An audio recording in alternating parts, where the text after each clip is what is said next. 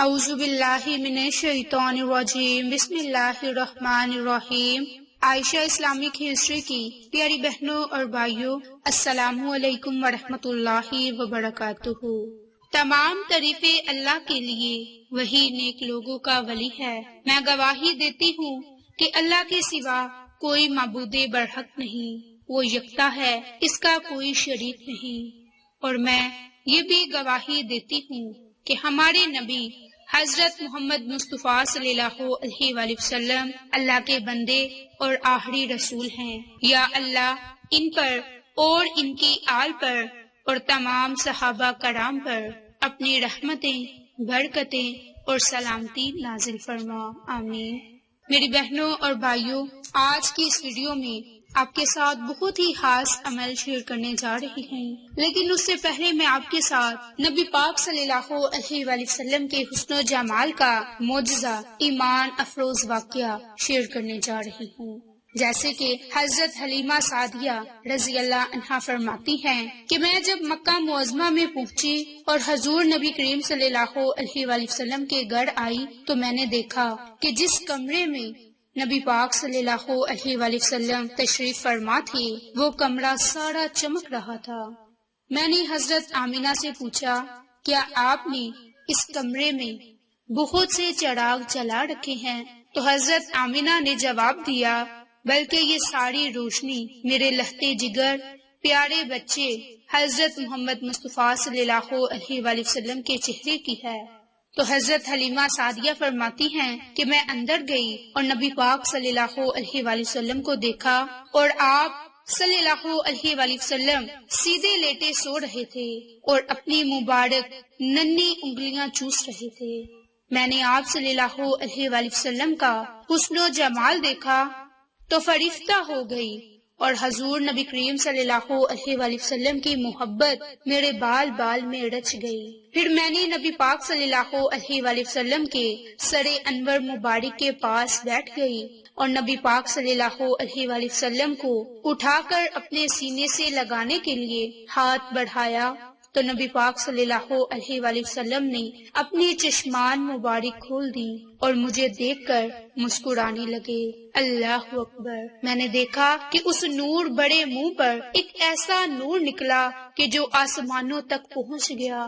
پھر میں نے نبی پاک صلی اللہ علیہ وآلہ وسلم کو اٹھا کر بہت ہی پیار کیا۔ پھر حضور نبی کریم صلی اللہ علیہ وآلہ وسلم کو لے کر واپس چلنے لگی تو حضرت عبد المطلب نے زاد راہ کے لیے کچھ دینا چاہا تو میں نے کہا کہ حضور نبی پاک صلی اللہ علیہ وآلہ وسلم کو پالنے کے بعد اب مجھے کسی چیز کی ضرورت نہیں۔ تو حضرت حلیمہ سعدیہ فرماتی ہیں کہ جب میں اس نعت عظمیٰ کو گود میں لے کر باہر نکلی تو مجھے ہر چیز سے مبارکباد کی آوازیں آنے لگی۔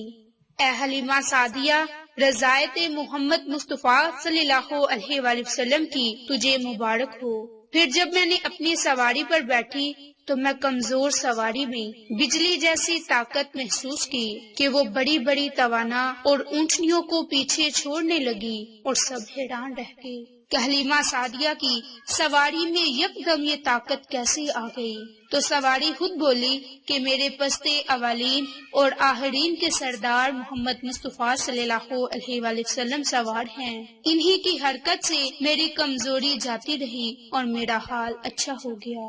میری بہنوں اور بھائیوں، نیکی کی بات دوسروں تک پھیلانا صدقہ جاریہ ہے، تو آپ ان نیکی کے چھوٹے چھوٹے واقعات کو دوسروں تک ضرور پہنچا دیا کریں تاکہ آپ کو اس سے فائدے حاصل ہو سکیں۔ تو اب آپ کو خاص عمل شیئر کرنے جا رہی ہوں جو کہ آپ نے دن میں کسی وقت بھی کر لینا ہے، اور یہ عمل خاص طور پر انا للہ و انا الیہ راجعون کا ہے۔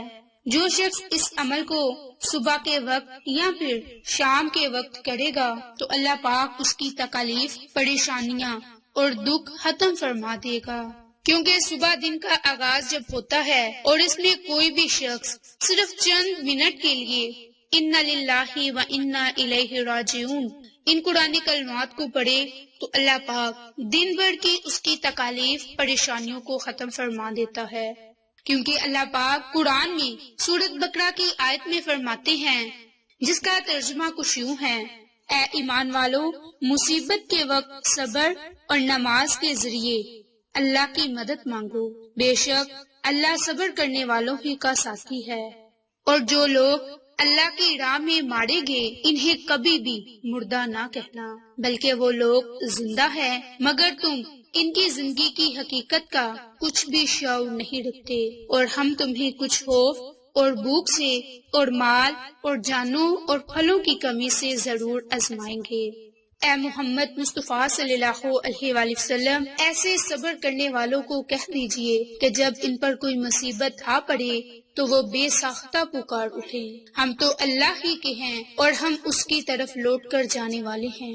خوشخبری دے دو انہیں کہ لوگوں پر ان کے پروردگار کی طرف سے عنایتیں اور رحمتیں ہیں، اور یہی لوگ ہدایت یافتہ ہیں۔ میری بہنوں اور بھائیوں، جب بھی آپ کو زندگی میں کوئی پریشانی، کوئی غم آئے، اچانک پریشانی آ جائے، تو آپ اس عمل کو، اس وظیفے کو ضرور کر لیں۔ اس کے علاوہ اگر میری بہن یا بھائی کی زندگی پرسکون ہے اور وہ چاہتے ہیں کہ ان کی زندگی آئندہ بھی پرسکون رہے، تو وہ لوگ بھی اس عمل کو، اس وظیفے کو صبح جب آپ جاگیں، یعنی کہ صبح کے آغاز میں صرف 7 مرتبہ انا للہ و انا الیہ راجعون اس قرآنی کلمات کو پڑھ لے، اور رات کو سونے سے پہلے بھی صرف 7 مرتبہ انا للہ و انا الیہ راجعون کو ضرور پڑھ لیں۔ انشاءاللہ اسلامی نیا سال شروع ہونے سے پہلے رب کریم آپ کی تمام مشکلات کو، پریشانیوں کو ختم فرما دے گا۔ جب آپ ان قرآنی کلمات کو پڑھیں تو اول میں، آخر میں درود پاک کو لازم پڑھ لیا کریں، چاہے تو 1 مرتبہ،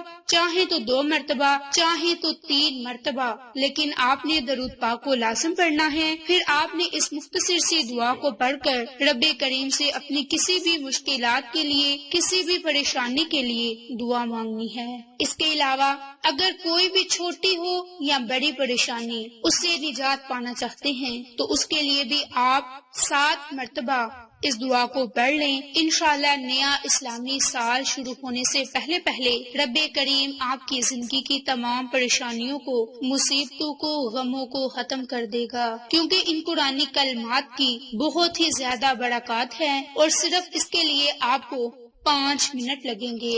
اس کے لیے آپ نے سب سے پہلے 3 مرتبہ درود پاک پڑھنے کے بعد آپ نے ہاتھ کی انگلیوں پر 7 مرتبہ ان قرآنی کلمات کو انا للہ و انا الیہ راجعون 7 مرتبہ صبح کے وقت اور 7 مرتبہ ہاتھ کی انگلیوں پر شام کے وقت ان قرآنی کلمات کو پڑھ کر رب کریم سے کسی بھی جائز حاجت کے لیے بھی دعا مانگ سکتے ہیں۔ حاجت چاہے رزق کے متعلق ہو، کاروبار کے متعلق ہو، پریشانیوں سے نجات کے متعلق ہو، کوئی بھی جائز حاجت ہو، اس کے لیے آپ یہ عمل، یہ وظیفہ کر سکتے ہیں۔ لیکن آپ نے محرم کا اسلامی مہینہ شروع ہونے سے پہلے اس مہینے کو کسی دن بھی شروع کر لینا ہے۔ جب بھی آپ اس ویڈیو کو دیکھیں تو آپ اس عمل کو، اس وظیفے کو کرنا شروع کر دیں اور پھر اپنی زندگی کا معمول بنا لیں۔ انشاءاللہ دنیا بھی سنور جائے گی اور آخرت بھی۔ میری بہنوں اور بھائیوں، ان قرآنی کلمات کی بہت زیادہ فضیلت ہے، برکات ہے۔ جب بھی کوئی پریشانی آئے تو آپ نے اس دعا کو پڑھنا شروع کر دینا ہے۔ انشاءاللہ جیسے جیسے آپ دعا پڑھتے جائیں گے آپ کی پریشانیاں ختم ہوتی جائیں گی۔ تو میری بہنوں اور بھائیوں، کامل یقین کے ساتھ اس دعا کو صبح اور شام 7 مرتبہ دعا کو پڑھ لیں اور رب کریم سے دعا مانگ لیں۔ انشاءاللہ آپ کی ہر دعا قبول ہوگی۔ آپ کو یہ ہماری ویڈیوز پسند آئے تو اسے لائک، شیئر اور سبسکرائب کریں۔ جزاک اللہ۔